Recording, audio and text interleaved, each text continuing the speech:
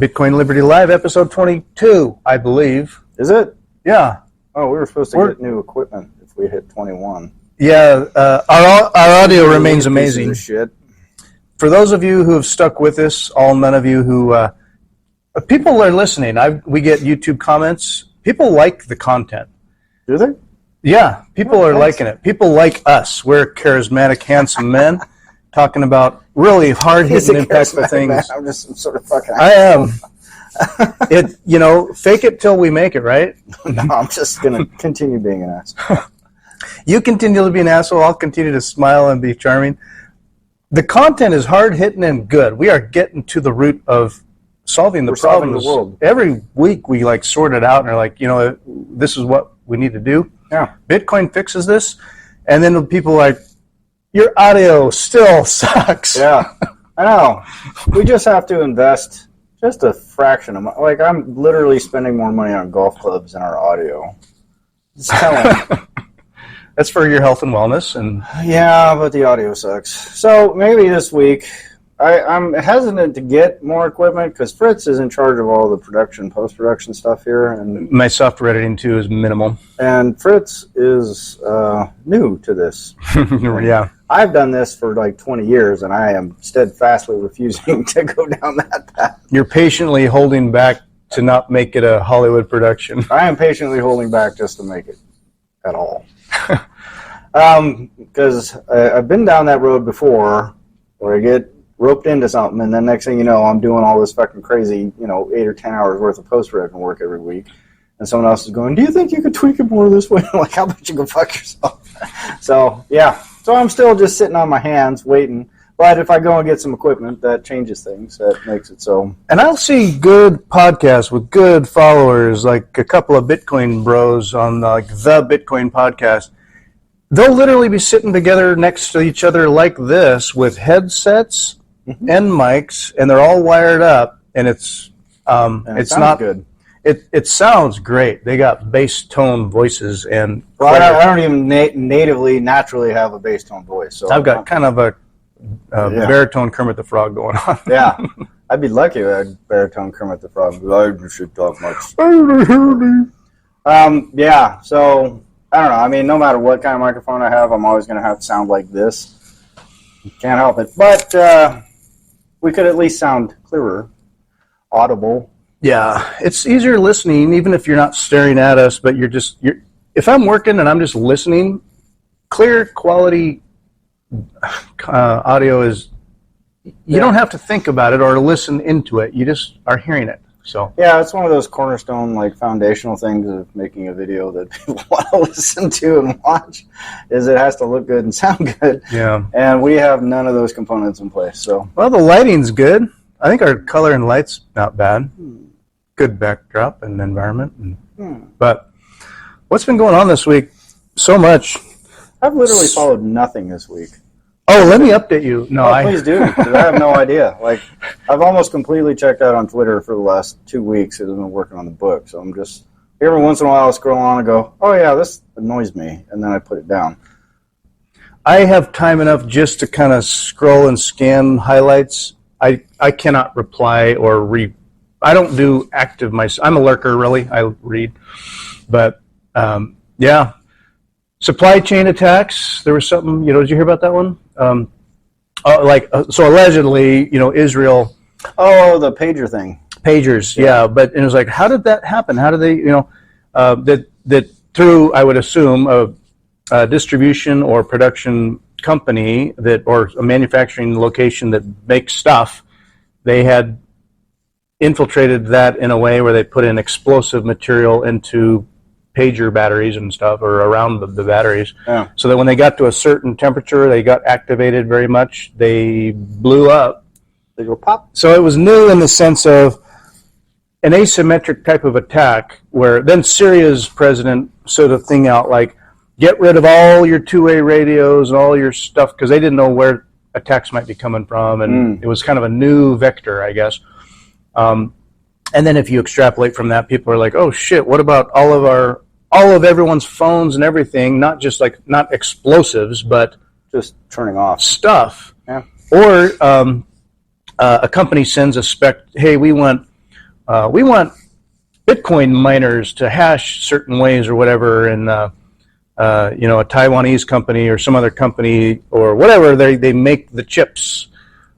To what level can you validate that the chip you got that does all the things you want it to do, and you test it and it works? Do you know? Can you know? No. Can you know exactly the intricacies of the semiconductors? No. That's hard. It's damn near impossible. That guy, John Sirianni, I was talking to from Tropic Source, Tropic something, he was talking about hardware security, and like it's a big gaping hole right now because you can't be compromised at the hardware layer. Mm-hmm. I'd heard that. No one would know, So hardware cold wallets, or hacking them. There was like someone legitimately like lost your keys and it was on this device and trying to look into it, and with work it could be done, and they had to use some sort of, I don't know, electro scanning thing, and as it was on, see what dots were connected or not, and like reverse engineer hacking the thing to try to figure it out. Well, I see a bunch of them. They do glitching. They just glitch. They apply voltage to certain parts of the chip so they can override things like password lockouts and stuff like that, and then they can brute force things and kind of get into things. And most, like Cold Cards, Blockstream Jade, BlockFi, I think, they're all pretty well hardened against that kind of stuff. Mm-hmm. But some of them aren't, and you'd never know. Mm-hmm. The thing is getting them compromised in transit, getting them compromised like in the mail. I mean, there's all sorts of vectors. It's just what likelihood is there of that attack manifesting? I don't worry about it. It's an interesting idea around cyber type warfare in that regard, but it's something to not be naive to, I suppose. Like, well, no, I mean, the biggest security you're going to have is still the physical security of, say, a device or your words or whatever. Like your own personal security is like 99% of all of it. Yeah. The rest of it extraneously, I mean, pretty well, wild. As you're aware, I am myself working on a hardware security device right now. Yeah, do you want to describe that or not yet? Not yet. It's almost ready. We are like this close, but I am going to have big ideas coming, folks. Huge idea. This is actually pretty awesome. I'm super excited about this thing. It's going to be pretty dope. Mm-hmm. We're just kind of ironing out the last little mechanical details about it because it's a very high accuracy machine. But yeah, can't be reverse engineer hacked. Now, there's when they talk about, so when you think of cryptography being security, just straight up, through and through security. That's mathematically. So mathematically, you cannot hack it. Then separately, there's an element which a lot of us do in a lot of ways without even thinking about it. But most people think of security. There's a lot of security through obscurity. So you're maintaining security because people aren't going to know to look in a certain funny place to find it or whatever. Not that if you looked enough, you'd find it right there, but it's obscure. So it's like security through obscurity, but in a way that because you're integrated with the use of it, it's like carrying your phone around. You are not, as soon as you misplace your phone, you know it. Oh yeah. You want it, you know it, it's because it's part of our Android body now. Yeah. In my mind, I think of it like that, where you're going to notice if you didn't have it. Yeah. Well, this thing, it's going to be awesome. When I don't want to disclose. I want to say so much. I don't want to disclose anything about it. So I'll parallel a thought I had about that, where I went through this weird, horrible divorce situation many, many years ago, where I was pretty scared about the physical security of certain aspects to my life, and or discovered things that let's unpack that a little bit. Oh God, I don't want to. This is a counseling sessions, but it's trauma. I have trauma from this, where. Like when you realize, like, oh shit, she did have a key somewhere to the safe, and having forgotten about the safe, I decide to look in there for the first time in a long time and realize that shit's gone. Ooh. And then it's like, oh my God, I may have to declare bankruptcy.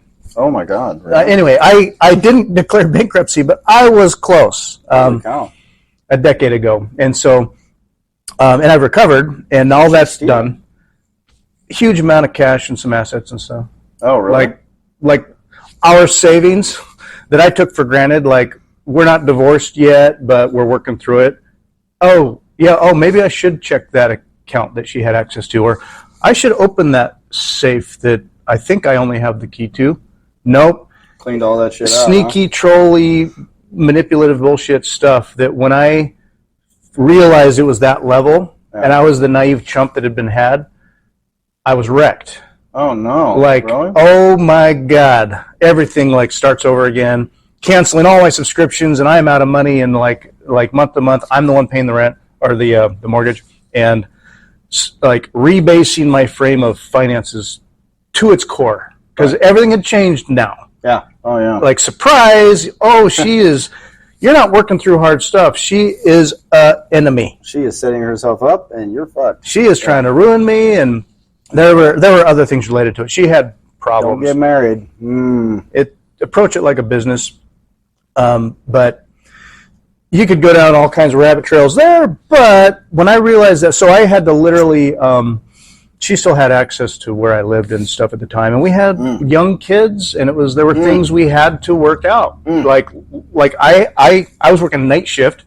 I'd get home bleary-eyed, dead in the day, like couldn't sleep, or I'd be, suffocated in a pillow at night or something. And I was really careful. So I was kind of tired anyway, but taking care of the kids, get the kids to school. When do I sleep? And then meanwhile, she's doing her stuff during the day, and I need to sleep. Yeah. Stuff went missing. I caught her. I was asleep, and I caught her like trying to get stuff out of my wallet. And I went to like certain a handful of a few very important keys that I had. Like, for example, when I figured it out, like to the safe, I went to wearing keys around my neck because that was the only way that I could sleep and know that the only access to certain important things was literally around my neck. So unless I'm getting strangled, I had security around my neck while I could sleep. Yeah. That's what I had to do. That's crazy, man. It ruined my mental health for a long time. Yeah, that's brutal. Anyway, or like my wallet, like I literally tucked it under my neck and when I slept. Jeez. It sounds mentally ill, but I was like prison rules. I'd be going to bed. It was prison rules. I'd be going to bed and like, okay, I'm gonna be zonked, and because I'm dead. Yeah. But I'm sleeping on my wallet. I'm gonna put my wallet like under my head. Yeah. Because to get my wallet, you have to like move me enough to be like, what? Yeah. Why are you moving my head? What's going on? I'm in a fight. Give her the old vampire hand, just like. Whoosh. I'm not a ninja, and when I sleep, I can sleep hard, like for night shift. Crazy, but anyway. So the invention that Don't get married. Well, there's that. And then operational security at a physical level, I think what you have that you've thought of here is along those lines. It's a game changer. Yeah, absolute totally. game changer. Yeah. Like zero chance that shit can happen if you're smart. Yeah. You don't tell her about it. I had a coworker who went and bought himself a bride from like I think it was Philippines, and he was a pretty open guy. Like he was a wage earner, but he made a pretty good wage back in the 90s. He was probably making $150,000 a year or something like that. And so he went and bought a wife, and he was very open about that. Like he was, oh yeah, I went and bought one. I was just okay. But how did you meet these guys? Like I remember I was like probably 23 or 24, and I said, hey Gary, how do you make money, man? Like I don't get it. Like you seem to be doing pretty good. Oh, here, let me show you. And he'd literally open his books up. He'd show you all his investments. He did not give a fuck. I remember he bought like a brand new like 280ZX or something like that. So, and mind you, this was when it was brand new, pretty flashy little car. He went and crinkled the fender in like the first week, and then just drove it that way for the next like 10 years. Like just didn't give a shit. But at the time, he was sitting on about $4 million. I think he was probably in his 40s. Just a wage earner, but just saving it up. But when he bought his wife, we got paid weekly at the time. He said, yeah, I only get paid every other week. It was the first thing he told her. So bare minimum, he hid half of his income Just like, oh, this is what I get every 2 weeks. There you go, honey. So he was obscuring that portion of his income stream. And the other thing he did was basically the same lesson he gave me, because I asked him, I said, hey, Gary, how do you make money? He said, I'll tell you what. We get paid once a week. What I want you to do right now, we get paid on Friday. When you get paid, don't deposit your check until Monday. I said, okay. And then the next week, don't deposit your check until Tuesday. And then the week after that, don't deposit your check until Wednesday. Then don't deposit your next check until Thursday. And then when you get to Friday, bring me 2 checks, and I'll tell you the next step. And I was like, all right. So I totally blew that advice off for about 3 months, and then went, all right, I'll try it. And so I did. I spent the 4 or 5 weeks it took to, because that first weekend, and I remember the pushback I was giving him, saying like, my bills and blah, and he just said, figure it out, dude. Like, you can wait 3 days to cash your fucking check. Just when you show up with 2 checks, let me know. And so I did it. I said, here you go, Gary. Here's 2 checks. And he went, great. And then he told me the next step. I won't reveal it for you because that's $14.99 online course. You can get it right now. It is financial. No, I'm kidding. I just don't want to give it away because, we'll have something. You buy Bitcoin, right? You take that extra check and you take that extra check and buy Bitcoin. That's the answer. Ding, ding, ding, ding. 100%. He told me to put it in a mutual fund. Today, you take that extra check, put it in Bitcoin. Swear to God, that's step 2. And then do that over and over and over again. You'll be fine. You'll be fine. Not financial advice. Wink, wink. Mm-hmm. That's the way to save money. The point was you need to learn how to save money. You need to learn how to live within your means, et cetera, et cetera, et cetera. But my point was he then went with his purchased bride and told her. Sounds so odd. Like, there's something there, right? I'm curious about this relationship.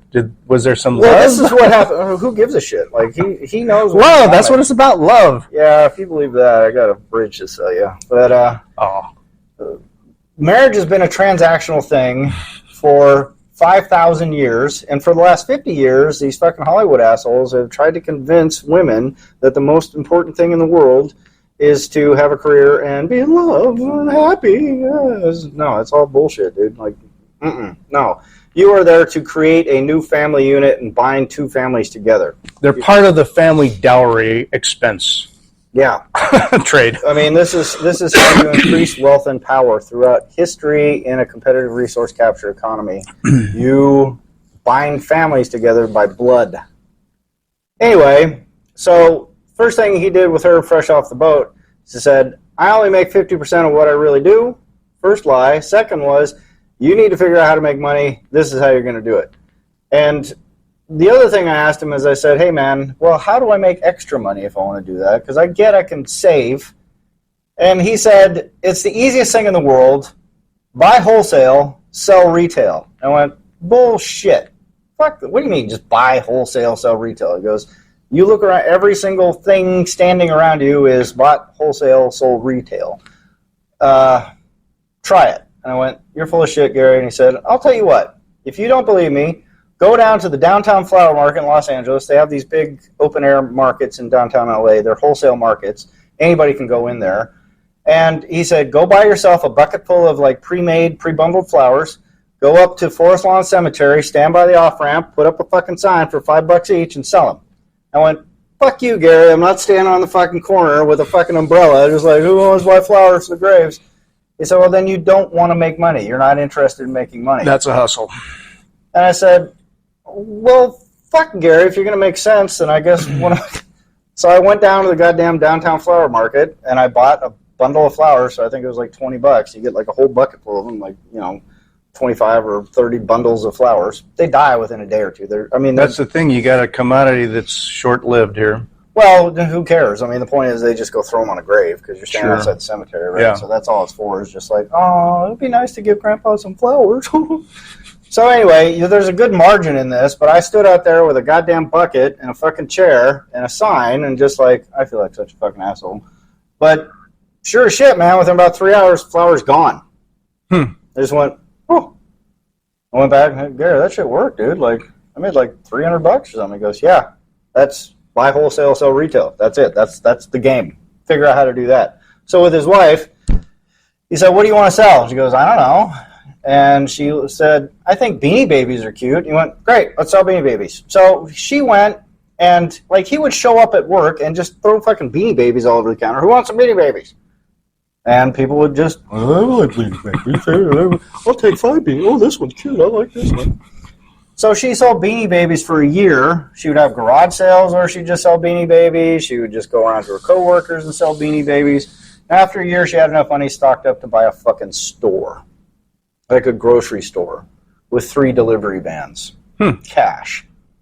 So the 2 things he did was he lied about how much money he made, and then he made sure that woman, I was going to use a different word. His loving wife.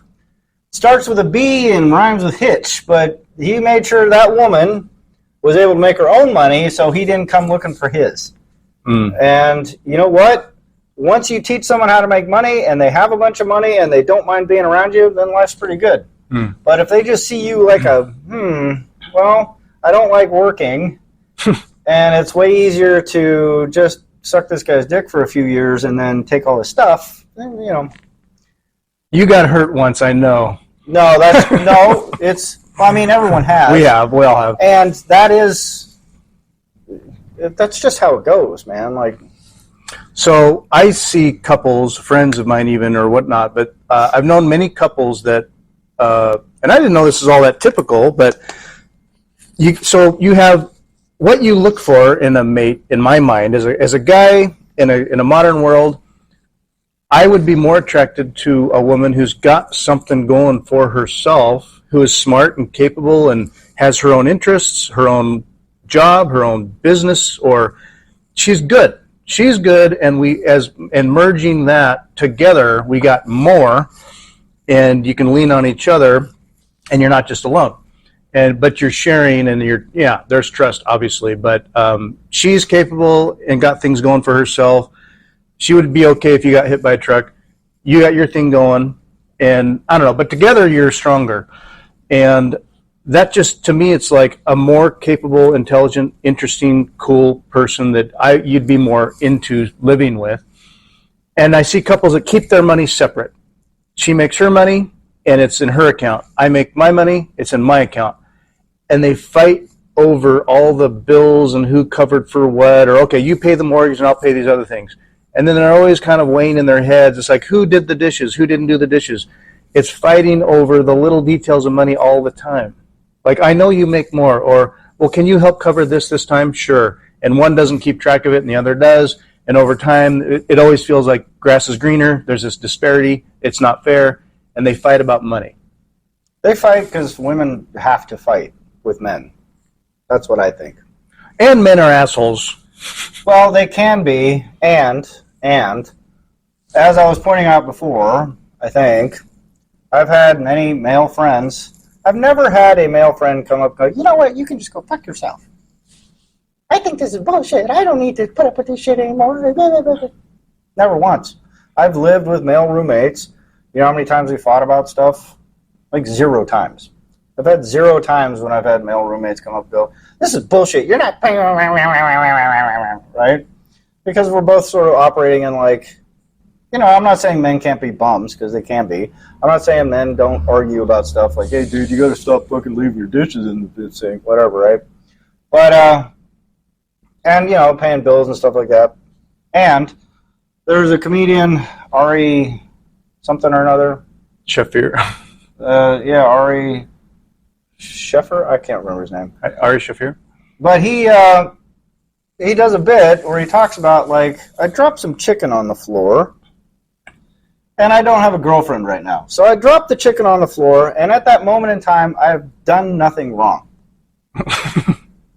And so I just left the chicken on the floor, and I enjoyed the rest of my chicken, and I said, I'll clean that up later. And he walked around, and he forgot about the chicken for 2 or 3 days, and then he... 2 or 3 days? And then he stepped on it, right? He went, ugh. Oh, yeah, probably should have cleaned up the chicken. Duh. But he said right up to that moment in time, I had not done anything wrong. Had I had a girlfriend, oh my God, you pig, how can you just leave chicken there, you piece of shit, just it would be endless. I know what you're saying, and I think sometimes... I'm in the He-Man Woman Haters Club right now. And they can, you're an incel, man. No, I'm just joking. But I now what the fuck is that? I'm joking. Jesus, I'm Christ. joking. I'm joking. I have Fucking cuck boss over here was talking to me about. I have, when you're in the pits, and you, so I went through a period of time during and after my divorce for a period of time where it's not that I hated women, I just I was categorically done, and I was fine. And then got remarried, did it all over again, and I'm happy for it. I'm happy. An anchor. They call it a ball and chain for a reason, because you are in prison forever. I would not be where I am today without having a good, loving wife. So he's worried she'll see this. That's where this is going. Honey, are you watching this? If you are, we have to talk differently. Yeah. No. Hey, she's not watching this. She doesn't watch this. I will say there's a mental shift. So I don't know how women think. I can't start to get my mind around that. I do my best. It's pretty easy. Everything you're doing is wrong. I'm wrong. I'm stupid and I'm wrong. That makes it a lot easier. If you got to boil it down, I'm stupid and wrong. That's okay. Run with that for a while. I'll run with that. That does work. There's a mental shift I'll go through that when I was a bachelor, or when your gal is away for a week, or out to the store for a few hours, whatever. As a guy, there's sort of a mental shift where it's like, oh, I can pee standing up, or like, what if I dropped the chicken and picked it up in 5 minutes? Right. Instead of immediately. In your head, you kind of go through like, oh, on my terms, I do things differently. When you're not doing that, depending on the amount of sort of, I don't know, personal power and control you like to have around your life, a woman's presence and opinions can put you in a defensive or eggshell walking type feeling. Depends. It depends on the nature of your relationship. Yeah, it depends on the relationship. And I mean, women are, so categorically, women are like inherently different in a lot of different ways than men. Individually, too, as individuals, some women have all kinds of different acute needs, and some men have all kinds of different acute needs, I guess I'll say, which I take for granted because I get it and I relate to it. With a guy, I can have a beef or a blow up, or, oh, we hash it out, and then like forget about it. Okay, we move on. We already talked about that. That's done. Right. And we're good. Settled science. It's done. And yeah, with females I've known in my life, it's like, no, you remember that thing years ago, that one time when I interpreted from what you said a thing that I never told you about?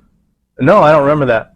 Oh, God, well, that's how I define everything else. Yeah. It's like, oh, okay. Well, I'm on losing ground. Yeah, you're never going to win that fight. I've lost, so. To be clear, I am an absolute disaster, so I don't, I'm not to say that I'm some sort of prize. I've been an incel in the past myself. Stop with this. What is this? It's a label, but I'm joking. But Freud says there's no such thing as a joke. I'm going to start hammering you with some. No such thing as a joke. Yeah, there's no such thing as a joke. Words matter. Where's a club? I'm going to conk this guy on the head. Call me a fucking incel. Anyway, I won't. No, I'm not saying that. I'm joking. Right? No, you've said it like 3 times now. So anyway, the point is I'm no prize. Like, I can very much acknowledge that I am not a suitable candidate for like most females. Like any chick that I look at and go, wow, she's pretty put together, she's pretty got her things going on, that's probably not the best person for me. I'm going to make her life hell. So yeah, I'll take that, but writ large, I find that generally speaking, when I just sort of either stick to not cohabitating with the women or just sort of taking care of myself where the women are concerned and not really giving too much of a shit about how they're doing, I tend to find my stuff goes a lot better. It's easier. And I've also found that women in my life, as different as different relationships can be, it has forced me to step back and reevaluate myself in ways that, like, maybe I'm not seeing who I am the way I thought I am. Or I have to think about this, step back and relinquish some stuff, and do a little self-work, and some of it makes sense, some of it hasn't. But it has also forced me to grow up, too, in a way. So. Oh, yeah. But Man, relationships are not easy. It's work, man. It's it is work. A whole other job, and it's best I can tell you.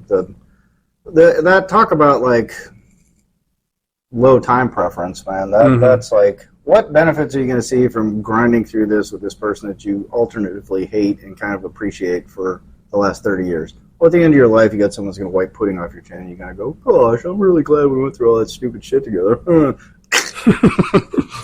We survived together. Yeah. And so there's that. We made it. I mean, somewhere out there, there's people that have like these really healthy, productive relationships. I don't know who they are. I've never really met them, but I'm sure they exist, right? I see them now. Superficially, I'll think, oh, now they're a good, they've raised their kids. They're solid. It all made sense. Yeah. And it's good as far as I can tell. Yeah, there's just so very few healthy people in the United States of America in general. Like, they're not just like emotionally healthy, physically healthy, mentally healthy. That's a really tiny slice of the population. Most people are just kind of somewhere in the 80% of just jacked up and probably alcoholic and shitty health, got some high blood pressure, a little diabetes setting in, and then a bunch of really stupid ideas about how the world works and what they should be doing in it. So that's what you get. Yeah. I'll draw maybe not a horrible parallel with Bitcoin, watching the Bitcoin price or caring what the fiat price of Bitcoin is or caring about Bitcoin's things. When you think about like ego death, like wrangling your pressures of interests or goals or hopes or dreams or, interests in it all, Bitcoin can work you depending on how you pay attention to it and what you think you need out of it versus what Bitcoin's gonna get out of you. Like how you grow up on a Bitcoin mindset. Relationships also, and that can be both high and low time preferences. Like you're reconciling and grappling with high preference things that you're like, okay, reconciling and becoming aware of and going, okay, I'm learning more about myself and I had to literally think through what high time preference means to me, and I've struggled in that, and I've also rebased on myself in ways, but it's helped me. Like in your book, you mentioned how it changes you personally. Yeah. And for the good. Oh, yeah. As a guy, the parallel to that, as a guy, for me, women can be like that too, because with a relationship comes a whole package of stuff that you're navigating and learning from or confronting that can, like when you're dating, there is so much high time preference, like what's tonight, what's now, keep her happy now. Yeah. Oh, something's hard, it's really hard now. And it's all this you kind of can feel like you're dancing to keep it going and you want it, you get. This just sounds exhausting. It's exhausting. Dating is, I cannot imagine like dating again. It's, and the money you could spend, like, hey, let's just do this, or oh, I need this, or hey, wouldn't that be fun, or I want to impress her, oh my god, keep her happy, and then you can get sucked into that and stuck depending on what the expectations are. There's a reason why these billionaire assholes, these big fat disgusting pieces of shit, surround themselves with like 20-year-old bikini girls on their yachts. And it's not because relationships are awesome and fun. Let's just be very, very, very clear about this. There's actually a data point that supports this. There's a book called Dataclysm. I recommend anybody read it. It's a super interesting little slice of life into like what people actually do when they think no one's looking.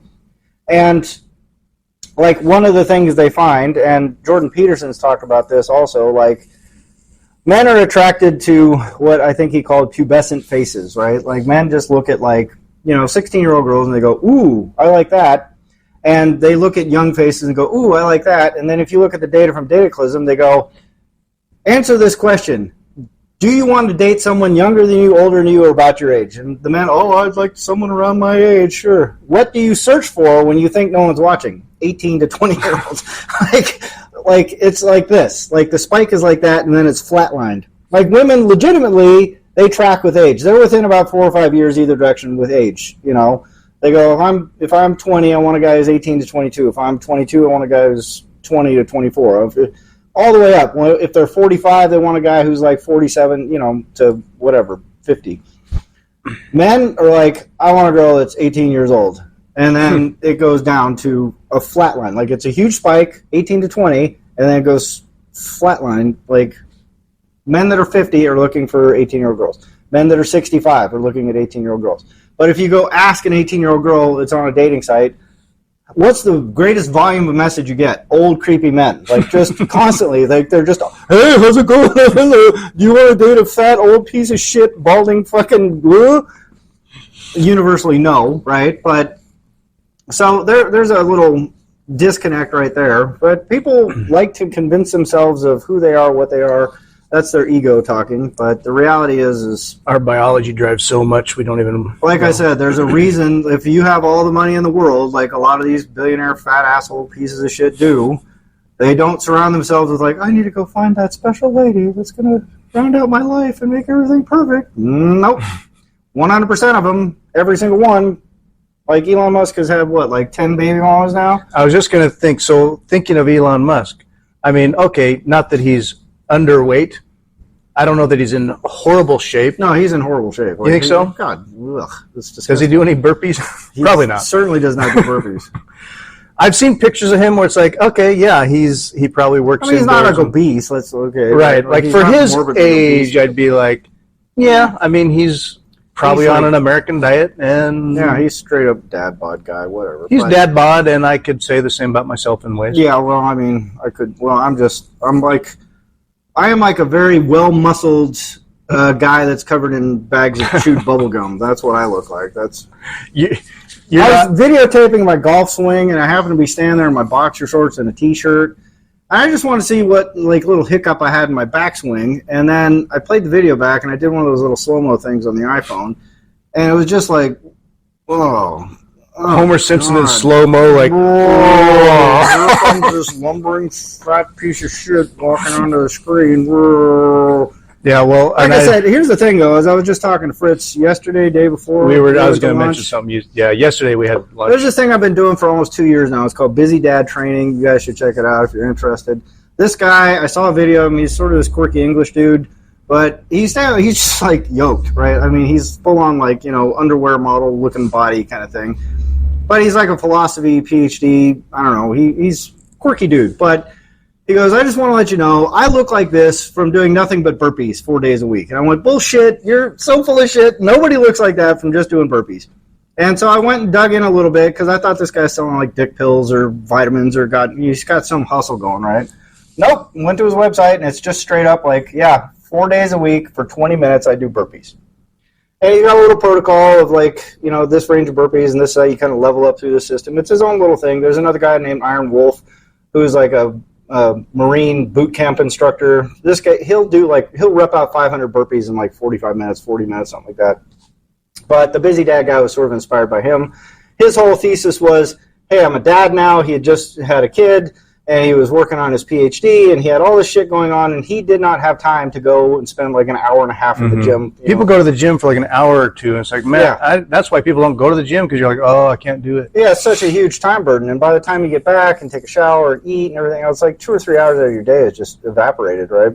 So he said, I need something that's going to be efficient, quick, and this and that and the other thing, something I can absolutely, no matter what, get this workout done.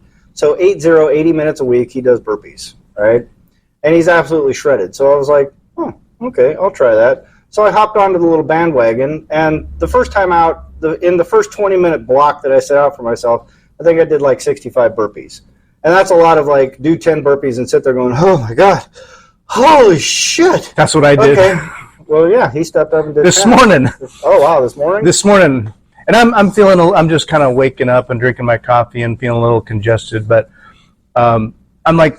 You ripped that 10. I'm like, well, in my head too, I'm kind of like, what's 30 burpees really? I mean, yeah, that's a workout. Do 10 burpees. Yeah. Seriously. Having not done burpees, like, I don't know when the last time I did burpees, do 10 burpees. And it was like, wow, I'm feeling what I just did here in a minute or whatever. Yeah, probably a minute. More than a lot of things I would do otherwise. Oh, yeah.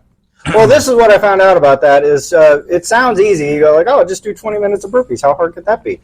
That's hard. Like, that's really After hard. 5 minutes, you're like, I got 15 minutes of that? Yeah. Well, like I'm just now getting over the dread. He has a level system, right? There's like levels 1A through D, and that's based on number of burpees you can do in 20 minutes. And so, like, to get to level 1A, or to 1B, you got to do more than 50, and then to get to 1C, you got to do more than 100 in 20 minutes, and then to get to 1D, you got to do more than 150, and then level 2 is 200, level 3 is 250 in 20 minutes, level 3 is like 275, and then there's there's level 3, level 4 somewhere in there. Level 3 is the 250, level 4 is 275, and then the graduation is black belt. 325. You're a black belt in burpees. If you can do 325 burpees in 20 minutes, that's like a burpee every 3.5 seconds. I mean, you're cranking. Like, you are basically sprinting burpees as fast as you can for an entire 20 minutes. It is extraordinarily difficult to do that. But I just crossed into level 2. It took me 18 months. I started off at about 60. And then after about a year, I'd been stuck between 150, 175 for like a long time, like months and months and months. And I kept trying to change things up, but I just kept doing it. Like, it didn't matter to me that I wasn't progressing. Like, this guy got to level 3 in like a year or something like that. Like, he just, but he's a younger guy, and he's not as fat as I am, whatever. But yeah, so lately I've been floating around level 2. 200 burpees in 20 minutes. It's a not insignificant thing. But I can tell you, I've done now over 40,000 burpees in the last 2 years, like an extraordinary amount of burpees. And my physical being is revolutionized. It's absolutely completely different. I have stamina and strength and balance and coordination. All this stuff has just gone through the roof. Yeah. My resting heart rate is less than 60, and I'm an old man. My blood pressure, spot on. Blood work looks pretty good. I mean, I was eating a kind of a shitty diet. I got to go back and I fixed the diet now too because of Bitcoin. Yeah, see, the Bitcoin mindset helps drive and reinforce kind of everything through and through. It's like when I first got into Bitcoin too, and I start hearing about people showing off their meat products they're cooking and grilling and all I call it LARPing over meat, but it's like, I mean, no, I get it. But initially some of the seed oil stuff, I'm like, what is all this posturing around hardcore straight edge Bitcoin? But it does connect and integrate. I get it, because it's getting back to first principles on a lot of stuff, which normally you can just take for granted. And legitimately, there was something like there was a jar of peanut butter that the wife had gotten for the kids. And I'm just thinking, okay, it's not like the healthy kind where, like, they used to grind peanuts and that was peanut butter. Right. Okay. Well, this other stuff now, even some of the natural stuff, it has vegetable oil. Palm oil. So it'll say vegetable oil, and then in parentheses, rapeseed oil. All right. Like, is rapeseed a vegetable? No. No. They call it vegetable oil, and it's like, you look into, so Eric Weinstein, his brother, Brett Weinstein, was on Joe Rogan recently. I was listening to part of that, and he was talking about seed oils, kind of like, what's the deal with seed oils? And why, why Bitcoiners care about seed oils. He was talking about seed oils, and he says that plants would develop fruit with seeds in them, where the fruit was the edible part, but they want the seeds to survive and be distributed through birds or whatever. Yeah. And you eat them, but you don't destroy them, and they pass through you, or they just get dropped. Right. And that the seeds themselves are kind of the important part, and the seeds will have higher degrees of toxins in them, literally toxins, or the way they're made. They have oil in them, but to make in the production processes and whatever, you can cheaply follow the money. You can cheaply make oils out of these seeds, and that oil has stuff that our body, it's not good for our body. Not at all. Or if you were to eat so many, like say you ate all the seeds in a thing, that's only so much of it, and a lot of it's going to pass through you. When you take a whole bunch of that stuff and grind it down and get the oil out of it, now you have a highly purified bunch of this, yes, oil, like toxic oil. Well, it's really good for lubricant for machines. Yeah, you could. It works as a diesel fuel. Yeah, it's oil. So anyway, this peanut butter had, okay, they've added oil to it and preservative type of stuff. Okay, so it lasts or it stays creamy. And yeah, it's got rapeseed oil and some other oil in it, maybe palm oil. Palm oil they use a lot because it's stable at a higher temperature. Yeah. So it stays creamy. Yeah, anyway, not healthy. No. So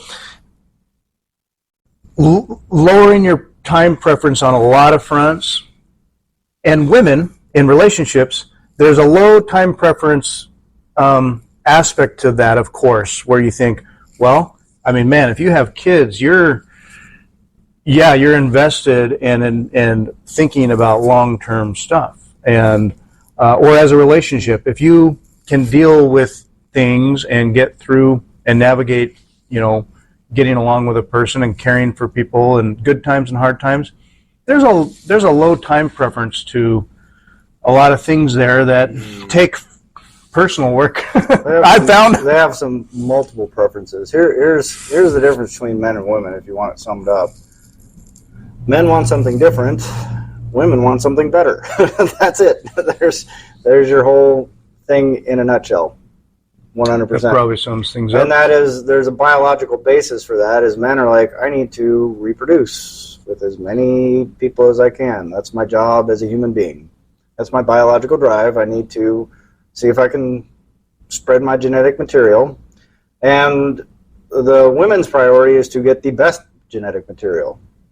But they have a twofold responsibility because human infants are not self-sustaining, right? Like they can't just get up and run. Like you watch a fowl or something like that, like a horse being born, it just, hey, what's up? Within a couple hours, things running around and doing stuff.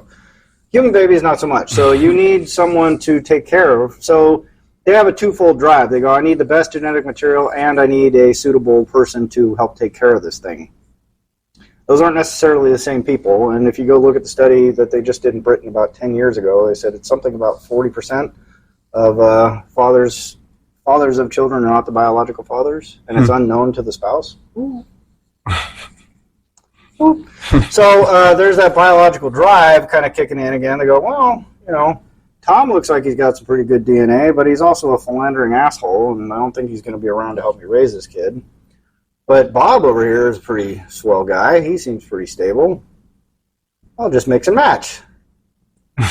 So they get Tom's DNA and they get Bob to my baby, and that's where that goes. But for the men, they go, well, here you go, honey. Hi, Sue. Hey, Becca. They just run around trying. They can if they can get away with it. They will. And I know a lot of good dads, but women are definitely hardwired for a lot of innate caring and nurturing and raising. Oh, yeah, they have a deep, deep bond to that human being they created. Yeah. There's things my wife does just naturally all the time without even thinking, and gets it organized in her head and makes systems to do. Whereas for me, it's like, oh, what do we need now? Okay, I'll fix that part. And then, oh, this is happening. What do we need now? Oh, and I'm like, dude, I can do it, and I'm a good dad, but she'll be like, oh, no, we have a whole system. Yeah. I'm like, oh, nice, good. Yeah. Thank you. That's awesome, honey. Way to set it up. Yeah. Now if I was Mr. Stay-at-home dad guy, I'd probably figure out systems over time. Maybe. I don't know. Probably. Men want something different. Women want something better. Just remember that. They hit 45 though, and then all their options go out the window. That's when you really need to start pinning them down. For all you guys who are out there struggling to find yourself a lady friend, just wait until you're about 45, and then all of a sudden it's just like a...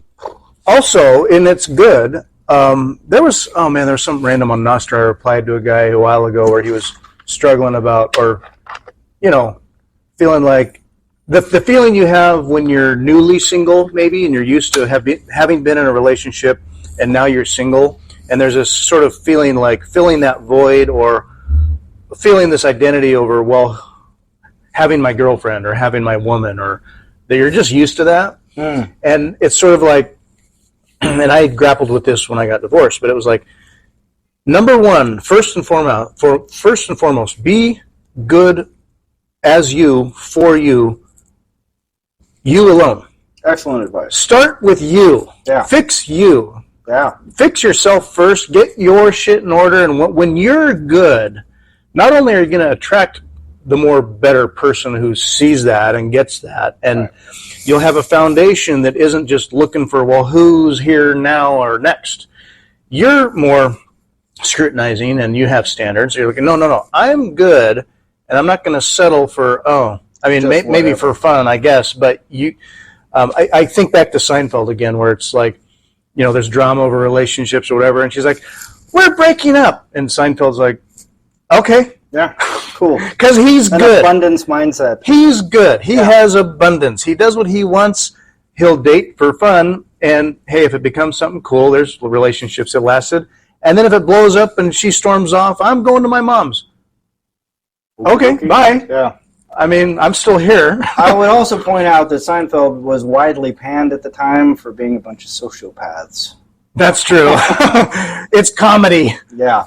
When I speak, when I toss stuff around too, I imagine myself being a comic, but like I don't take it all seriously. But what I liked about Seinfeld is like if you were to see this in real life, you'd be like, these people are sociopaths. Mm-hmm.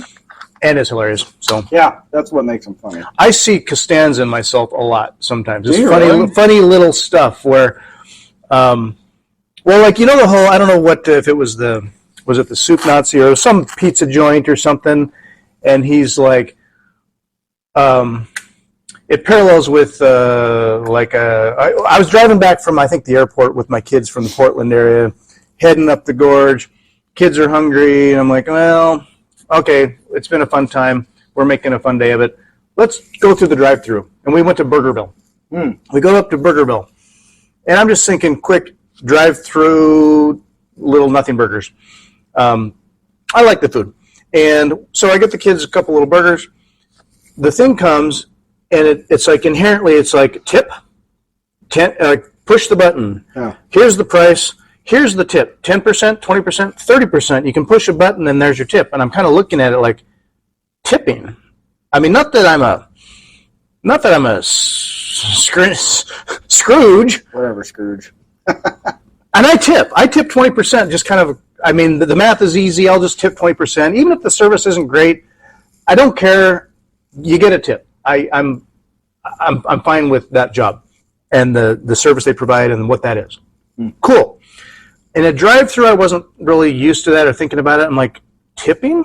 I've never tipped at a drive-thru. Plus, I seem to have options here that I have to pick, and I didn't see that you could just cancel the tip. And then canceling the tip feels kind of greedy. Like you're kind of suggesting that, and here you are looking at me, and I was like, no, I'm going to not tip you right now as you're like looking at me. It feels really weird, but this is different. So I think I like hit 10%, and it's like, but that's a low tip if you're tipping. But then what are they doing for me here? What's the service I'm getting? I'm driving through. I went through all these George Costanza like things where when he was in the pizza joint, he orders a calzone or something. Yeah. And he was trying to get credit for it. And he was willing to tip, but he needed to be seen that he tipped. Right. And the guy turned away and he dropped the tip, and he's like, but I tipped. You saw that I tipped. That's why I tipped. It's not the money. Right. It's the gesture. Yeah. I'm a good guy. Right. You see that I'm a good guy. Yeah. And so he went to try to like take some money back to like see that he was tipping, and all the guy saw was he was taking money out, and it became this whole blow up thing, and he was banned. And then his boss at the Yankees wanted more calzones. Blah blah blah. Couldn't get the calzones anyway. Yeah. I get like that. What a situation that. Oh my goodness. Great comedy. I go through little funny monkey acrobatics in my head sometimes where it's not that I couldn't just press 20% and move on with my life necessarily, but I think through a situation that's new like that where it's like, oh, I shouldn't not tip, but do they even care if I hit 30%? Is it like, oh, thank you so much? Nope. I don't know. Do they care, or is it just at the end of the day we got some more money? Yeah. Why aren't they paid enough anyway? Why is everything costing more anyway? Bitcoin fixes this. Yes, Bitcoin fixes all that. So, oddly enough, like the thing that got me started on the burpees, the thing that this is sort of leading to right here, is like all of these sort of shitty things in the world, Bitcoin fixes. But my little burpee journey didn't start until Bitcoin. Like that was like, and at the time I didn't even realize it, and I don't know, maybe it's coincidental, but that was a huge fix, right? A mental shift you had where you're looking at everything through and through. Yeah. And so, with the, I don't know, Seinfeld, they're a bunch of sociopaths, let's be honest. Those people are sociopathic monsters. But there's merit to that sort of approach, I guess, and like, I can kind of see the Costanza moments. I don't know. I wouldn't have pegged you as a Costanza type guy, but It's just, what do I know? It's buried in there. Yeah. It's deep rooted in the Fritz. I see myself as a little mix of Kramer and Seinfeld, and then with a Costanza in there. See, that was one of the weird things about it. I actually worked on that show back in the day, and I never really liked the show early on. I kind of like it now. Like, I can sort of appreciate it for what it was doing. And there's huge fans of the show to this day. Robin Sayer. Yeah, Robin Sayer was a huge fan. Mm-hmm. He was sort of impressed when I first met him. He said, "Oh my God, I used to work on Seinfeld." I'm like, "Well," and when I say I worked on Seinfeld, it's not like I was hanging out with the stars. It was like I was working on shit in the background, right? But that's neither here nor there. But I remember at the time, like, I just did not relate to these people at all. Like, I was always just like, I don't get it, you know. Like I said, now today I can sort of watch the show. Oh, I get what, you know, something's funny, and I get a chuckle out of it, sort of recognizing it for what it is. But yeah, back in the day, I just didn't really jive with it. But there was a show called It's Always Sunny in Philadelphia. Mm-hmm. Huge fan of that show. But if you look at the structure of that show, it's Seinfeld. I mean, it's just straight up Seinfeld. They're just more sociopathic. Like, they just took the sociopathy up a notch, and they just cranked it to 10 because it was. But it's the same show. It's the same. You know, there's 3 guys and a gal, and one guy's kind of wacky and weird, and one guy, you know, and you just go, oh, you guys just made Seinfeld again. Oh, that's cute. Mm-hmm. Kind of funny. And the writer of Seinfeld, or one of the primary writers, Larry David, who the Costanza character he wrote about himself. He made the Curb Your Enthusiasm, which I haven't watched as much of. But it's some of that sociopathic character guy. And honestly, I find it funny and a little too cringe for me. Sometimes it's like, yeah. I just can't get my mind around some of the cringy stuff. That guy's just an asshole. I mean, that's the thing. It's like if you met George Costanza in life, just like if you met Larry David, you go, you're just a fucking dick, dude. Like, how about you go fuck yourself?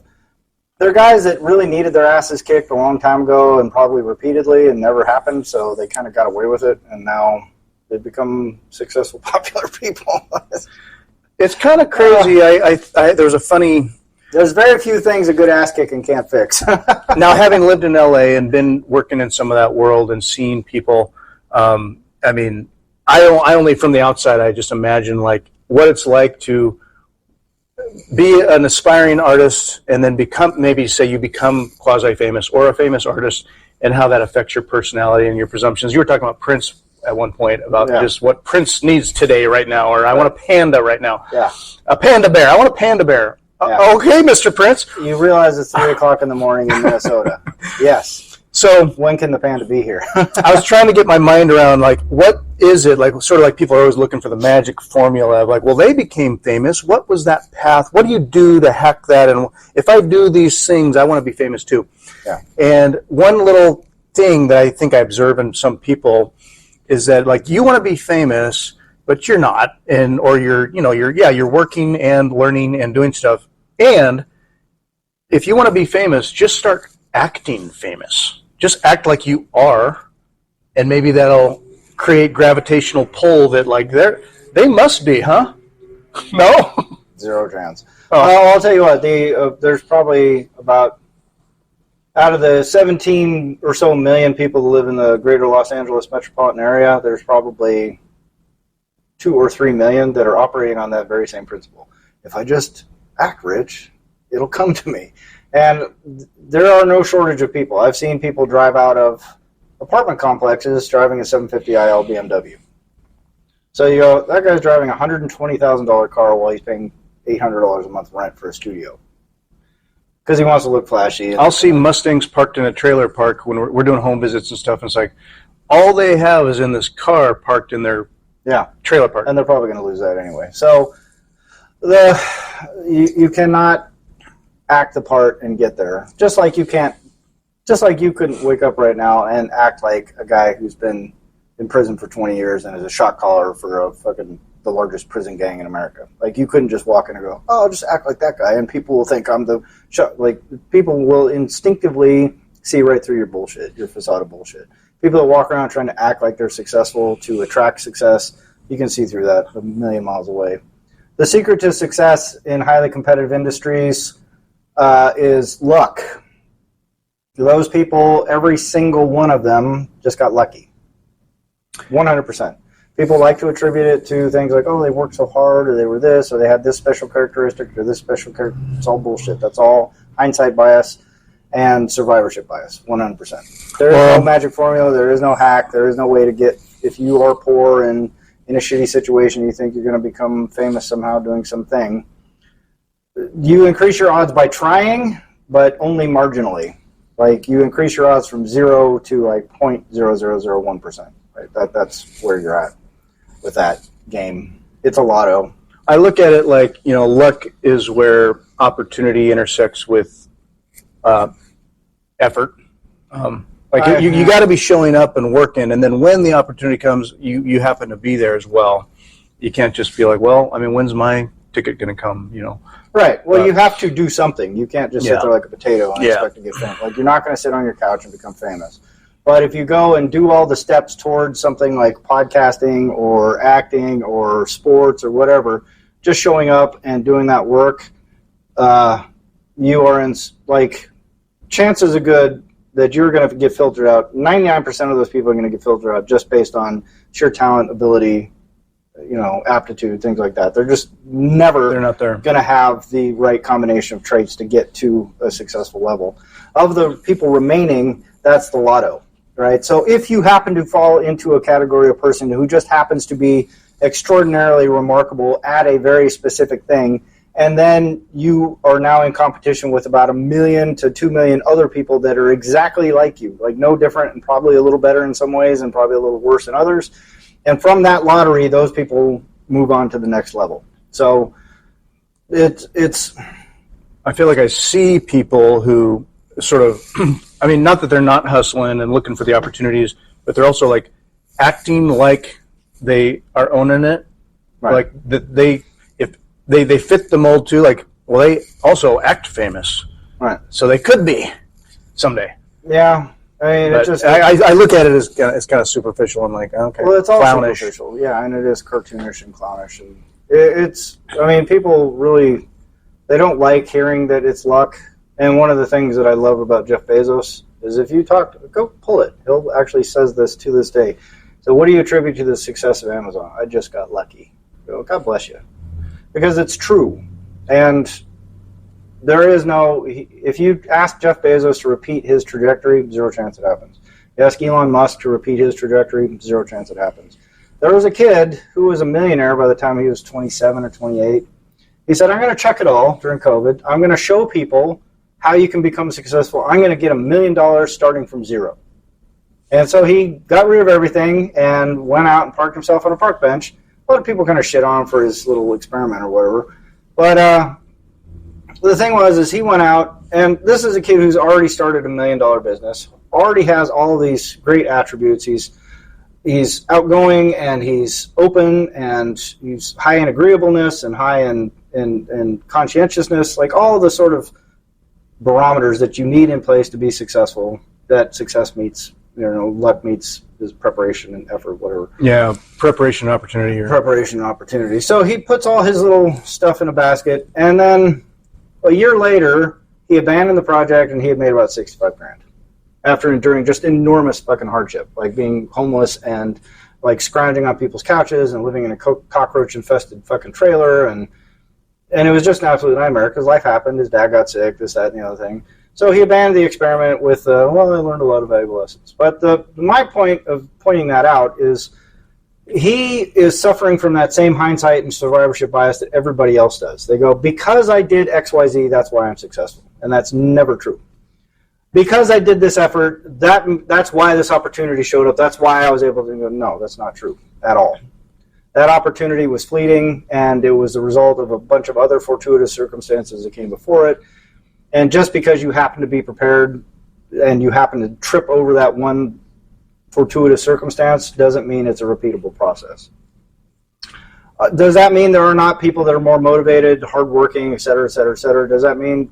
Of course not. Does that mean there are not people that are going to be more likely to be successful when they put effort into something? Of course not. What it means is the likelihood of having those very, very fleeting, rare successes in highly competitive marketplaces it is 100% entirely driven by luck. It's not to say all success is attributable to that. It's not like if you take the effort to learn how to build a table or a chair or do woodworking, or it's not luck that if you make a table, right? That's obvious effort, input equals output, right? But if you're talking about some rare success, like you want to become an astronaut tomorrow, good fucking luck, dude. Like if you became an astronaut candidate, that's extraordinarily lucky that that happened, because there are people far more qualified than you, far better adapted to that lifestyle, far better in all sorts of metrics. If you somehow beat all those candidates to become an astronaut, that's a very, very, very, very rare occurrence, and it's attributable entirely to luck and fortuitous circumstances, not any particular trait that you might possess. So there's the wholesale to retail approach to maybe, okay, you can solidly do okay or well there. Well, but to be a superstar, you pretty much have to, in my mind with Hollywood, now this is my real cynical, conspiratorial view, the blackmail-tocracy that we live in. Now, so you can get to a certain level, but until you're compromised on camera that they can blackmail you over, you're not kind of in the club at P. Diddy's house or whatever. They got to have something on you. And then, okay, now you can stay in the high club because they got something on you. That's the whole conspiracy around P. Diddy deal. There was a weird video he made with his daughter where he named a bunch of names of people who weren't going to help him or that should come to help him. And it's kind of like, one, you got shit going on, like whose fault is that? And then two, some of the names are kind of like, they're not connected in a way that necessarily helps or even all that famous. They're kind of some random names. Right. And it's kind of like, I don't know, trying to read through, what is this? Hey, pull the strings, buddy, because I got shit on you. Maybe. You never know with that kind of stuff. Who knows? There's obviously an incentive when you get to a certain level to utilize things like that to cement power structures, right? Mm-hmm. And once you see it and kind of see how easy it is to extort people, but that's prison rules again, right? The entirety of our world is drifting dangerously close to just running by prison rules writ large. And but prison rules are all about extortion and intimidation and blackmail and stuff like that. So in the election dance stuff going on, I mean, I see a lot of just straight up Machiavellian power play things. That's all it is, it feels like. Oh, yeah. I mean, it's not based on who has the better policy. Let's talk about the actual issues. What's going to work economically? Hey, economists, what makes sense right now?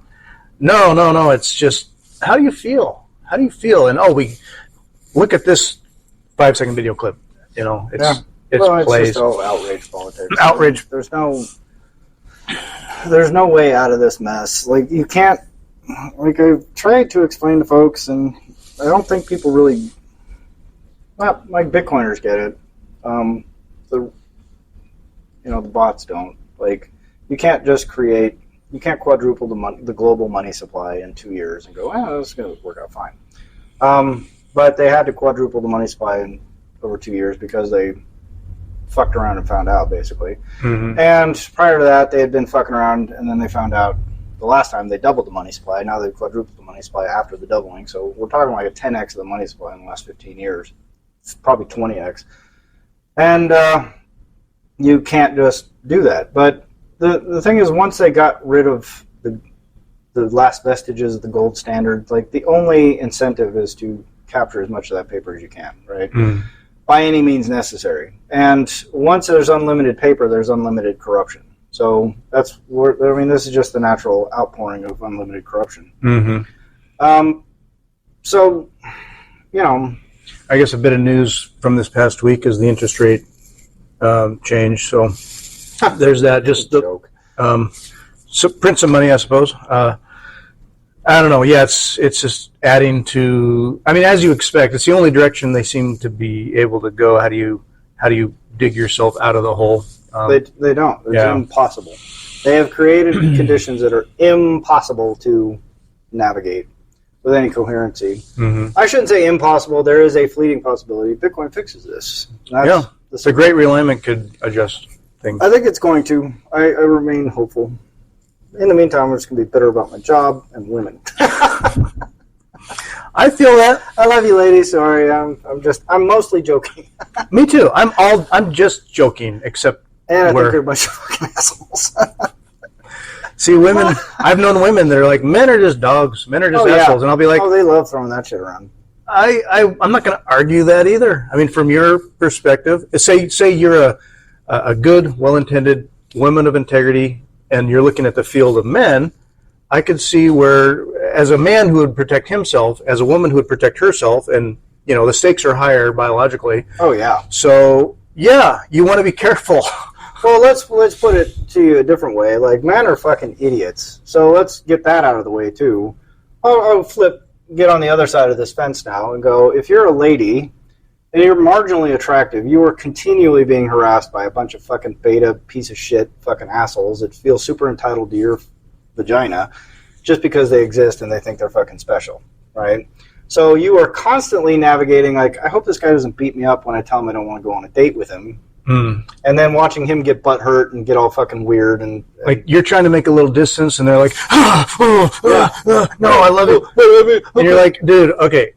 Because these guys will sit there and talk to themselves and go like, well, I'm a pretty good guy. I got a job. I'm not of this. I'm not of that. I'm a perfect match for her. And then they start believing that shit, not realizing they have zero self-reflection, right? So they can't look in the mirror and go, oh, you're actually kind of a piece of shit, dude.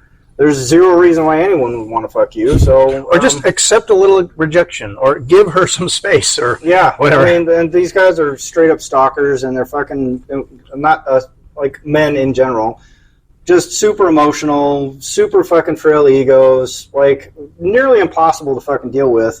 So yeah, I don't blame women for being where they are and what they're doing, because they got to navigate just a truck ton of bullshit just to try and make a baby and not get fucking beat up, killed, whatever. And then they don't help their own cause. So, it's men are a tragedy, women are a tragedy. If you can find some like healthy, balanced people that can sort of navigate the intricacies of what it takes to be in an adult, thoughtful relationship that has empathy and caring and compassion for each other and the ability to communicate effectively, like there's so few people that are capable of doing any of that stuff. Yeah. And especially in the West, because people here are just so wrapped up in their own like bullshit, Well, you think about Generation Sociopath, and I see that trickle into other generations. Generation X, sometimes I selfishly think, oh, Generation X was the best. Yeah, well, I'm Generation X. I'll get traces of narcissism that were trained in me from Generation Sociopath, and I think every generation suffers from a bit of that, where almost naturally, you only know who but yourself the best, or you think, and there's narcissism in people, and in a way, having a family, caring for a family, and having to plan around things that are beyond you, and you feel like a transport service sometimes, it's like this bit of ego death or grappling with, well, but I have my plans, I have stuff I want to do. Okay, we're going to go to the dance show or whatever you know it is. Oh, we're also soccer practice. Oh, great.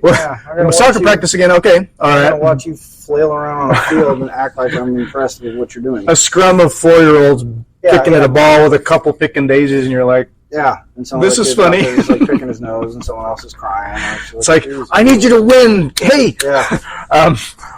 It's funny. Anyway, it's a self-work. Like Bitcoin can be. I think of Generation Sociopath, and then how guys can be idiots and horrible.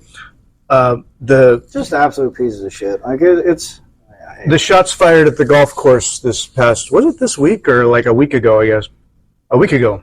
The golf course. When he said shots fired, I was thinking like someone said something on a golf shots course. Fired. Yeah, like some golfer was like, I hate women. Shots fired. That guy. That CIA guy? So he actually has social media history and went to Ukraine and was interviewed by people like a gal from the BBC and Newsweek, because he was putting himself out there like with political agenda. He was a bot, dude. Like, no, all that shit was bot stuff. Whatever he was doing, he struck me as one of these self-absorbed crazies and just off the rails. Yeah, he's a CIA guy, dude. So, did you see that cancel this clothing company's video about him? mm-mm. You should really watch it because I mean, it's all conspiracy shit, whatever. But one of his first followers was like a fucking CIA handler, like a legit, straight up fucking CIA handler. And if you look at like all his posts, like someone posted a whole, they're literal bot posts. I mean, it's not like he's not putting any thought into this stuff. It's just like bot to make it look like he's doing some sort of social engagement. But I mean, it's like all signs point to pretty fucking clear where this guy's coming from. And yeah, so whatever narrative gets spun up around him, who fucking knows? But the fact that he was like this nobody that some CIA handler was following, and I mean, all this stuff's getting scrubbed. But you should look at this. Cancel this clothing company. He's a funny guy. He's like some sort of left winger kind of guy natively, I think. I mean, just by his tone and attitude and whatnot. But he has some really fun sort of deep dive videos on conspiratorial stuff, and he's blown up. I mean, he's a super popular guy, in the media sphere now.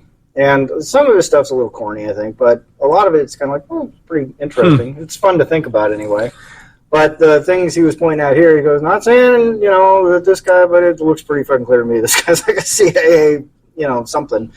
And he just walked himself up to the fence on the boundary of the golf course, camped out for like 12 hours and waited. Yeah, well, like even the sheriff pointed that out. Like, how does this guy who's not from the area know where this guy's going to be on a last-minute trip and just happen to be set up in that perfect spot, and then the cops are up there going, well, it's a wooded area, so if someone's, by definition, they're not going to be in sight and this and that. Yeah, they were saying something like, it's all surrounded by places you can't see or whatever.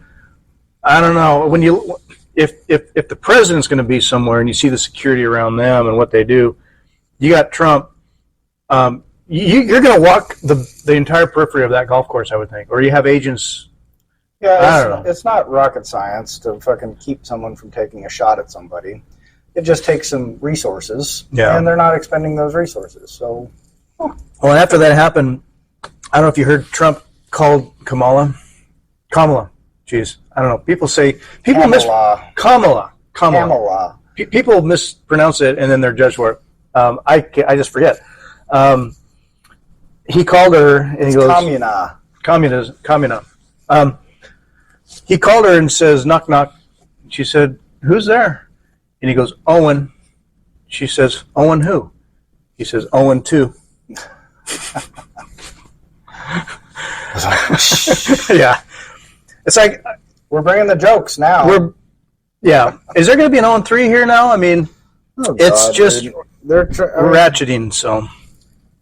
Yeah, but, here's what I realized from visiting my family up in Seattle is they are insulated from all their shitty decisions. Like all these sort of like Lexus liberals that are floating around the world and just go, oh, we need to do this and we should allow immigration, we should do this, we should do that. Like they don't have to deal with the effects of all of that.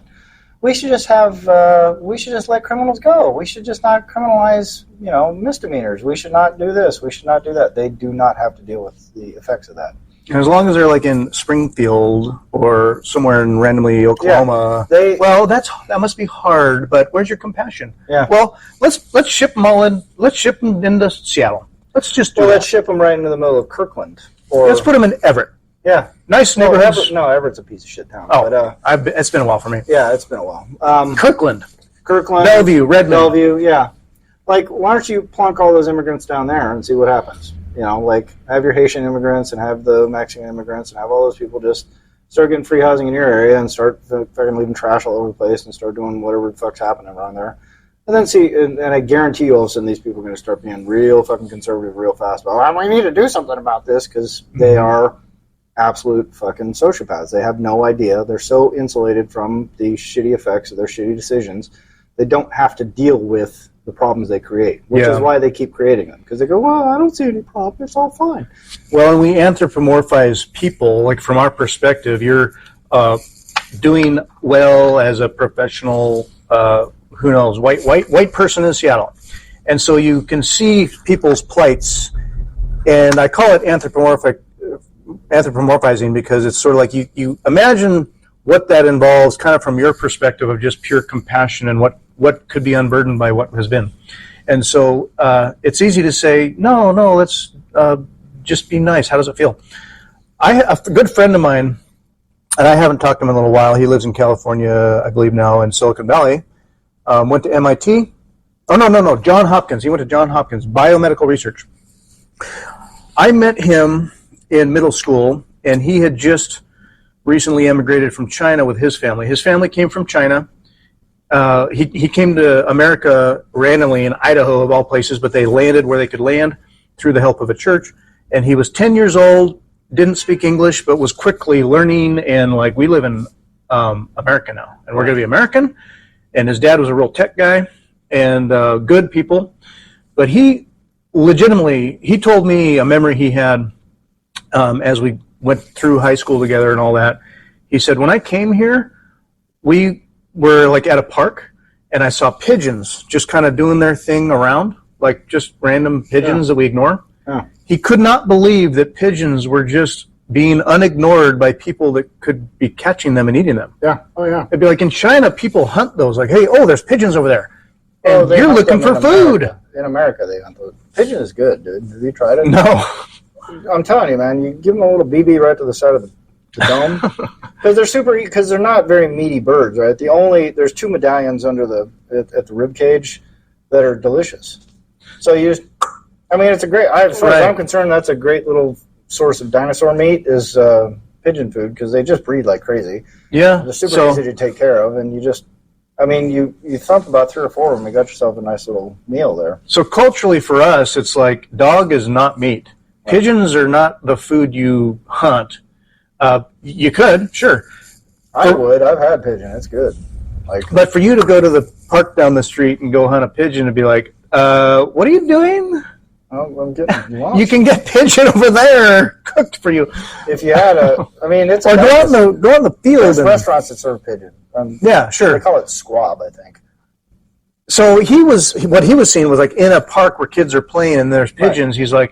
He's like, food. We could eat that. Yeah. And nobody else in America is like, no, you don't do that. Right. For him, it was cultural. So, okay. So to say, did you see that funny song of Trump where he was like, they eat your dogs, they eat your cats. Yeah. And it's funny because it's kind of ridiculous sounding. And there are people that would come here and just be like, there's a cat wandering around. I know. Like I was on a golf course in LA, and there's a bunch of geese walking around. There's big plump birds, right? Canadian geese just floating around and just taking a dump in the little man-made lake. And I thumped one of them with a golf ball. I didn't mean to. Like, he was just sort of like, I hit a low shot. He happened to be walking along. And he was like, fluttered off. But I remember thinking at the time, like, Jesus Christ, that's like a great big Thanksgiving dinner just walking across the golf course right there. Does the club let me walk out with a goose? Yeah. Goose. Hey, that's a club goose. Yeah, you can't eat that. Why not? It's going to be delicious. But here's the thing with squab, is you thump the pigeon inside of the head, and then you don't even have to defeather these things. You cut right down the breastplate, and you sort of peel back, and then there's 2 little juicy medallions, and you just pop those right out, throw them in a pan with some butter, cook them a little more than about medium, slice them up, eat them. Delicious. So, my beef with it all isn't that hungry people would even hunt a stray cat. Whatever. Okay.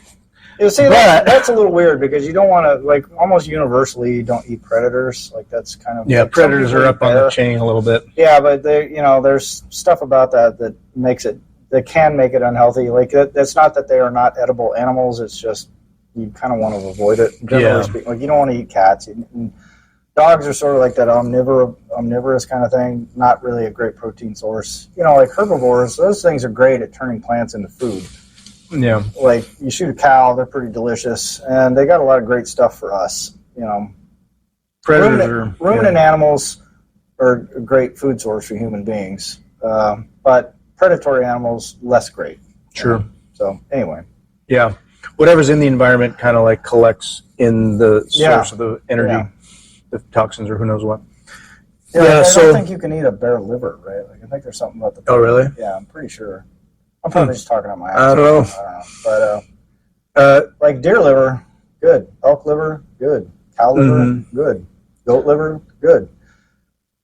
predator liver, less good. So, like, yeah, cultural integration, a well-regulated border, plans and percolation of a melting pot, great. But it's the ship them in and high density, and okay, well, we'll figure it out, and hey, government's here to help, and all the complaints, hey, come on, where's your compassion? I can relate to people going, what is happening in our town? We don't have the resources or the culture to like really integrate here. Well, here's the thing. You want to fix immigration, like you literally need to build zero border wall. Just go, hey, no handouts. Bye. And just watch what happens. They all leave. I mean, like, here, right after the Berlin Wall fell, East Germans flooded into West Germany, right? Like, just en masse. They just went, woohoo, looks great over here. It's way nicer than where we're from. And they milled about there for about 4 or 5 months, and then most of them went back. Why? Because none of their friends and family were around, nobody wanted them there, and there were no resources for them. So you can only hang around for so long before you go, oh, nobody really wants us here. There are no free handouts, so let's just fuck off back to where we came from because it makes more sense. And things are getting better back home too, maybe? And potentially things in East Germany certainly were getting better at the time. But, if you incentivize people to illegally immigrate, then that's what you're going to get.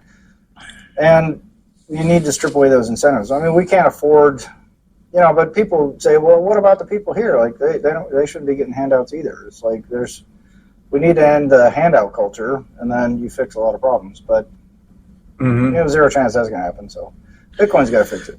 Yeah, Bitcoin it's the around the side and behind, and now you're encircled, and it's the fix. It's like some people don't see it coming, will never see it coming, won't know why things are better, and then here it is.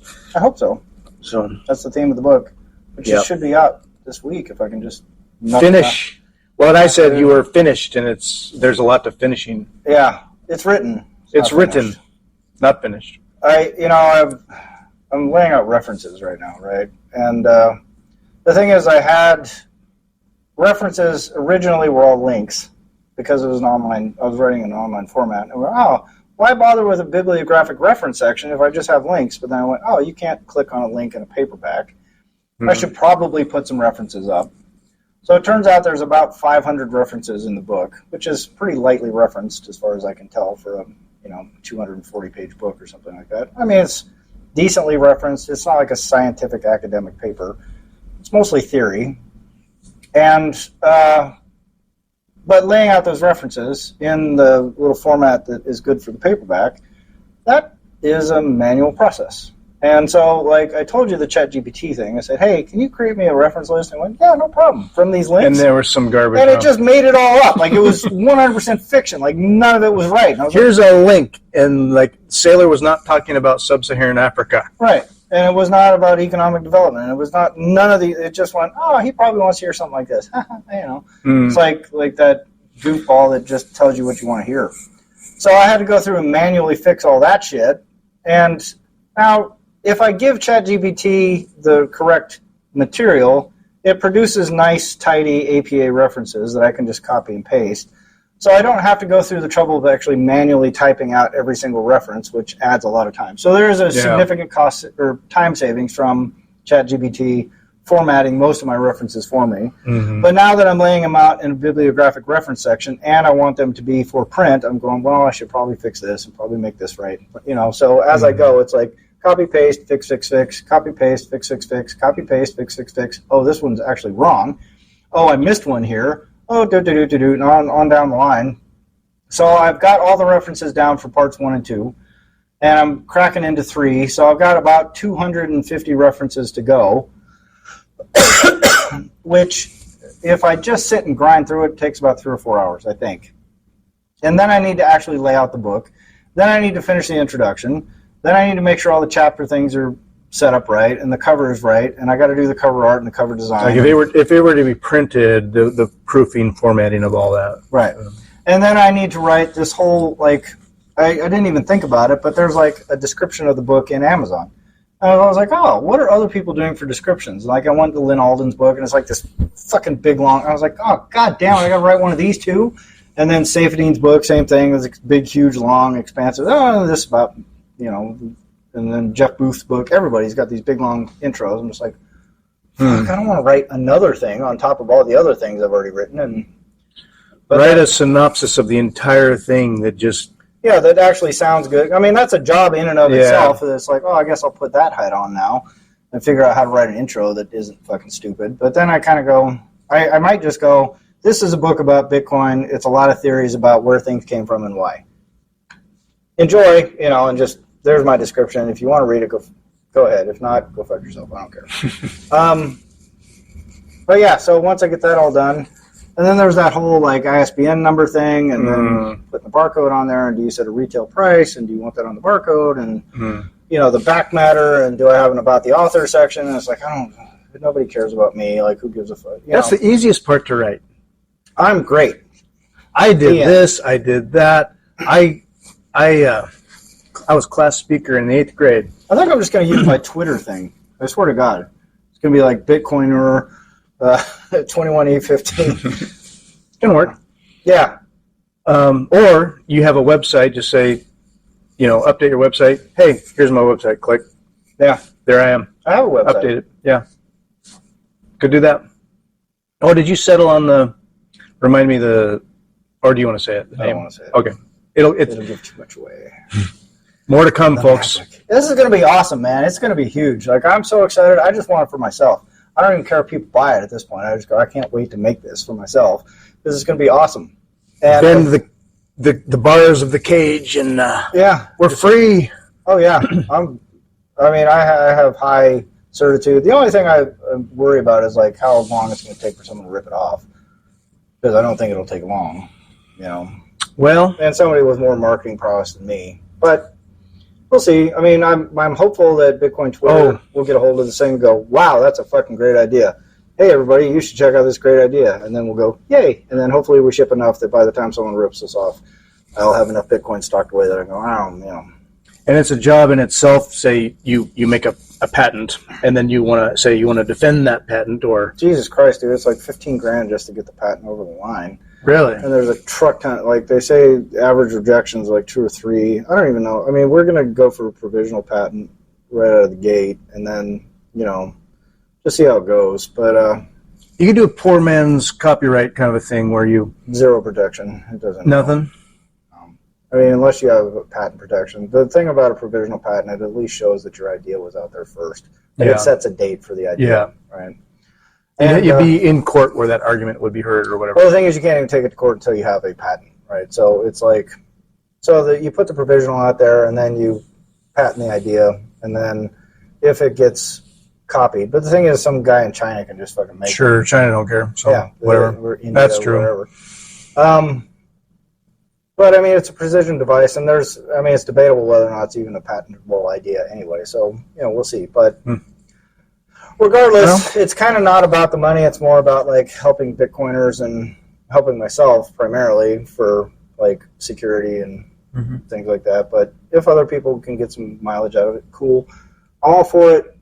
And that's why I'm kind of less, I'm not really worried about sales of the book. I'm marginally worried about sales of the thing just because it took a lot of work to kind of get to where we're at, and I think it's a really great sort of novel idea. I think people are really, really, really going to appreciate our solution. Yeah. But and the Bitcoin community being authentic with values inherent to it a lot. I mean, trolling aside and all that, sure.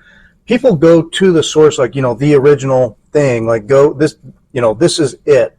Yeah, I mean, you can buy these Chinese knockoffs, but people sort of you buy a cold wallet, you get it from the source, from the guy, or you want to buy the book, go to Saifedean's website. Right. You could go to Amazon, but people will say, hey, go to their site, get it from him. Well, I'm going to give it away. I mean, that's the thing. If you just want to read the book, it's going to be on Highlighter, on Nostr. And there's that too. Yeah, but that's another thing I still have to tackle. I don't even know if Highlighter can handle a single post of 70,000 words. With images and links and all this shit. It's just I'm going to try and throw it up there and see what happens. I don't know what that formatting looks like. I don't know I don't know how it's going to present. I have not yet tried to plug that into Highlighter to see if it's going to work. I had a great opportunity to talk to the Highlighter team at Bitcoin Prague, and I talked to the Nostr guys at Bitcoin Prague, and they at the time said, yeah, I'm pretty sure this is going to work, man. And I got some contact info for the guy. He said, yeah, feel free to email me anytime. I can try and help you through some of the technical problems. I thought, okay, cool. But it wasn't ready yet. I was only probably 2 chapters in at that point. So, Well, if they can stream video on Nostr, it feels like 70,000 characters should work, right? A megabyte-sized book, I would think, would fit somehow, Yeah, I don't know. I don't know how. I mean, it has to, but there might just be technical limitations in like just how much text it can. I guess with pictures and everything. I don't know. Yeah, I don't know. We'll see. I mean, I'm just gonna copy paste it in there and see what happens. If it works, and it'll be out. But I also want that to time with the paperback release. So if someone really goes, wow, this is pretty neat, and wants to go buy the paperback, they can. Mm-hmm. And that's my sort of like, I am not charging you penny one to read my book. You can just go read it right now on medium.medium.com. But I can get deplatformed off Medium, certainly. They actually boosted my part 4. Cool. I got an email that said, hey, we're boosting your story. I'm like, really? That's kind of crazy, because it's probably the longest article on Medium that is out. I mean, it's like 17,000 words, and they got it a boost. And I've had cool. like thousands of visitors come and look at it and read it. And cool. so kind of unique experience. I don't know how they picked it. I don't know where the editors of Medium were sort of digging around and just went, hey, this is kind of cool. Here's a guy who just wrote a fucking novel on our website. So yeah, there was some human intervention there. That's a human edited thing to boost. That's awesome. So yeah, but I mean, I don't know if I'll leave it on Medium or if I'll just put it on my own website. Thinking I might just post it on my website as like a link. You can read it on my website. You can read it on Nostr. You can read it on tinmoney.medium.com. And then if you really want to buy a paperback back and throw me a couple of cups of coffee, then thank you. Zap Direct. Yeah. Send it back to me and I'll sign it for you. And in a couple hours, there's going to be a meetup in Sherman County. Oh my God. In Morrow. And by meetup, that means the 3 of us are going to meet up. I don't know. Travis says there's some invites out there that people will show up, and that could be interesting. So we'll see. There's a meetup. And as you know, so ever since I met Travis, he orange pills every day, all day. Doesn't matter who it is. He'll bring up, sort of like that lurking creature behind you. It's like, tell him about the money. He'll tell about Bitcoin, and is tactful with it, but he's always orange pilling. Yeah. I saw this funny meme of this metronome that bounces back and forth between orange pill everybody and save the world to fuck 'em, stay poor. Yeah. And I like bounce back and forth while I'll feel like I'm orange pilling, and then I'm just like, fuck them all. Don't care, whatever. Yeah. I tried. Like, yeah. Fine, continue. Have fun, stay there. So anyway, I bounce back and forth at times. I don't always have the energy to care. I got enough to do for myself to stay fresh. So then I don't have the energy. Like, who do I need to convince that needs convincing if they don't want to get it after stepping on first base? Well, that's on them. So and I just step back. So I'll try here and there, and then when it doesn't stick, I just stop. Depending on if they bring it up or something happens, but. Yeah. Anyway, I have a metronome. Travis is like, wonk. I'm orange pilling. Anyone, everyone, all the time. This is where I'm at. Yeah. He got off Twitter. He's all Nostr. Yeah. So he's talking into the void. And that's the thing. On Twitter, you can get some random traction and stuff, and there's just a big audience. On Nostr, sometimes it feels like you're shouting into a vacuum, and because it's like. It's like 10,000 people. Well, I know I will read and scroll, and I don't always take the time just to like something. Or I will zap people. I will occasionally repost or comment, but I do a lot of scrolling and reading and learning, and I'm not interacting. So it feels like avoided to people sometimes. Yeah. But I tried zapping somebody, and it just kept reversing it. I was like, why can't I zap on this thing now? Like, what the fuck? On Primal. On my phone. The thing I set up my account on. It's just like, how come I can't send a fucking zap? What the fuck? I don't know. I give up. I don't know. I mean, I'm becoming such a boomer myself, I can't fucking keep up with this shit. Anyway, that's a lot of talking and jibber jabber. Yeah. I wonder how many people I've lost all the female viewership if we had any. They dropped off at 5 minutes in. They're like, these assholes. This guy's a fucking asshole. Fuck this guy. I don't. I said right out of the gate I was just going to keep being an asshole. I think I've fully cemented that. label me here. Fucking incel asshole. I use that word without really thinking. I don't have a lot of connotation to it. I just think of it as kind of a jokey thing to say. I'm not, and that word and other words have been turned into this, like, you know, like you said, Hitler, and I just whatever. I'm a vol cell. Voluntarily celibate because vol cell. chicks are crazy. If They're I were a billionaire, guess what I'd be doing? Take a wild guess. Just guess. You'd be on your yacht with some pretty people. I'd be on my yacht with some fucking pretty people, 100%. Why wouldn't you? Yeah. So, yeah. If it flies, floats, or fucks, rent it. rent. Don't buy. That's from Wall Street. From the old Michael Douglas Wall Street. That's all.